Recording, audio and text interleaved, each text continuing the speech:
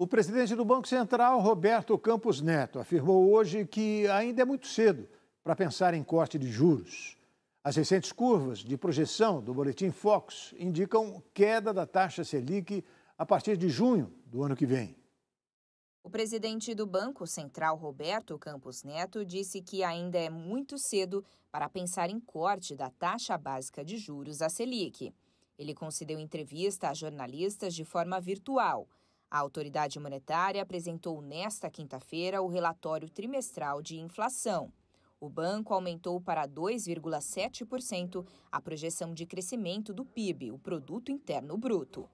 Mas a gente tem dito que a gente acha muito cedo para pensar em corte de juros e fizemos uma comunicação de acordo, na última ata e no último comunicado. Na curva do Focus tem um corte em junho e a gente, usando esse corte em junho, a gente mostra que a gente atinge aí os objetivos. Não tem nenhuma grande diferença, o mercado chegou a ter uma curva com corte um pouquinho mais cedo, mas a gente entende que é uma diferença pequena. Campos Neto disse que, usado o corte em junho, o Banco Central atinge os objetivos de levar a inflação para as metas de 3,25% em 2023 e de 3% em 2024. Eleição presidencial é sinônimo de incerteza na economia, mas neste ano o mercado está bastante otimista, independente de quem vencer. A Bolsa deve continuar subindo no ano que vem. Veja a análise do comentarista Marcelo Guedes. Chegando o dia da eleição e a gente observa um mercado bastante tranquilo.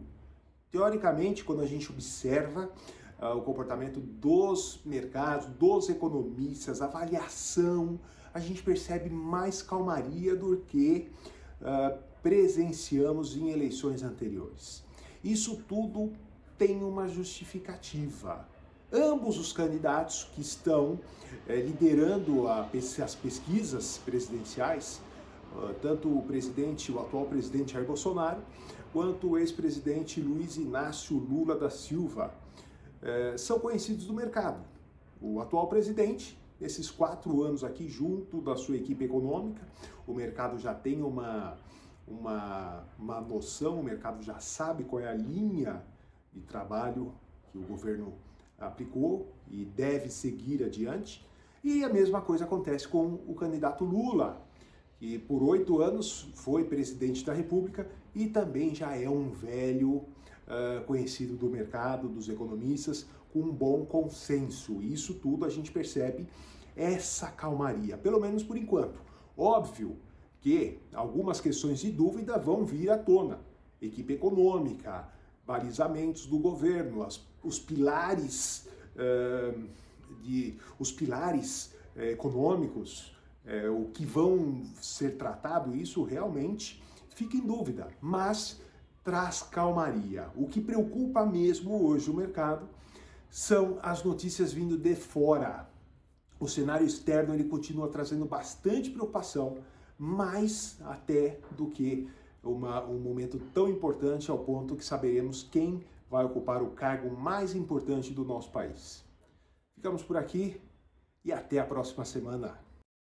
A campanha de vacinação contra a poliomielite termina nesta sexta-feira e apenas 54% das crianças foram vacinadas no país. O prazo para vacinar as crianças contra a poliomielite, conhecida também como paralisia infantil, está chegando ao fim e longe de atingir a meta estabelecida de pelo menos 95% da população infantil menor de 5 anos imunizada. Até a última quarta-feira, apenas 54% das crianças foram vacinadas, um total de 6.273.472 doses. Os dados são do Ministério da Saúde.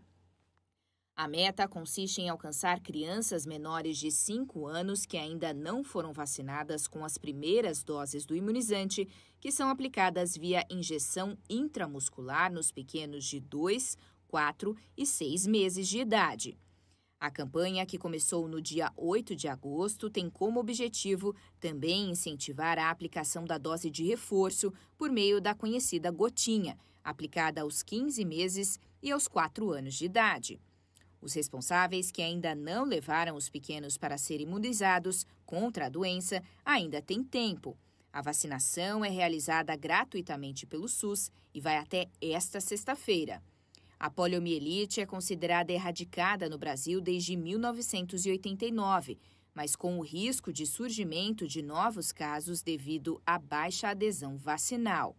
A doença pode ter consequências graves quando as crianças não estão protegidas. Quando o vírus da poliomielite atinge o cérebro e ataca o sistema nervoso, provoca a paralisia nos membros inferiores, chamada de infecção paralítica.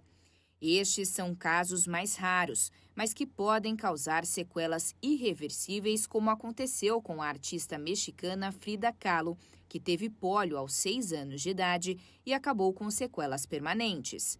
Outro risco é que o vírus, depois de chegar ao cérebro, pode causar meningite. A patologia tem como principais sintomas a febre, rigidez da nuca e náuseas. Se não for tratada adequadamente, o quadro de meningite também pode causar sequelas, entre elas a perda de audição e visão parcial ou total, epilepsia e paralisia em um ou ambos os lados do corpo.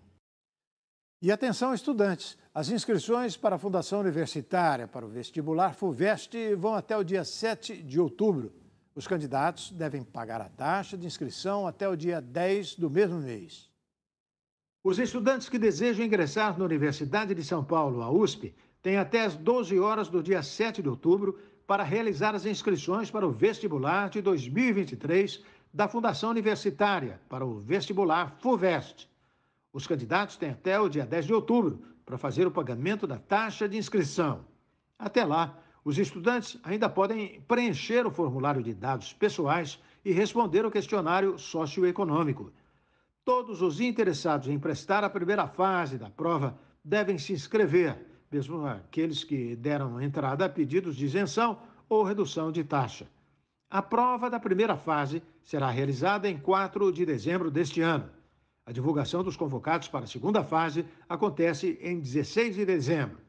Já as provas de segunda fase serão realizadas entre 8 e 9 de janeiro de 2023. E no dia 30 de janeiro será divulgada a primeira lista de aprovados. E depois do intervalo, acompanhe. Atestado médico aponta que Rainha Elizabeth II morreu por causas naturais. O RB Notícias volta daqui a pouquinho.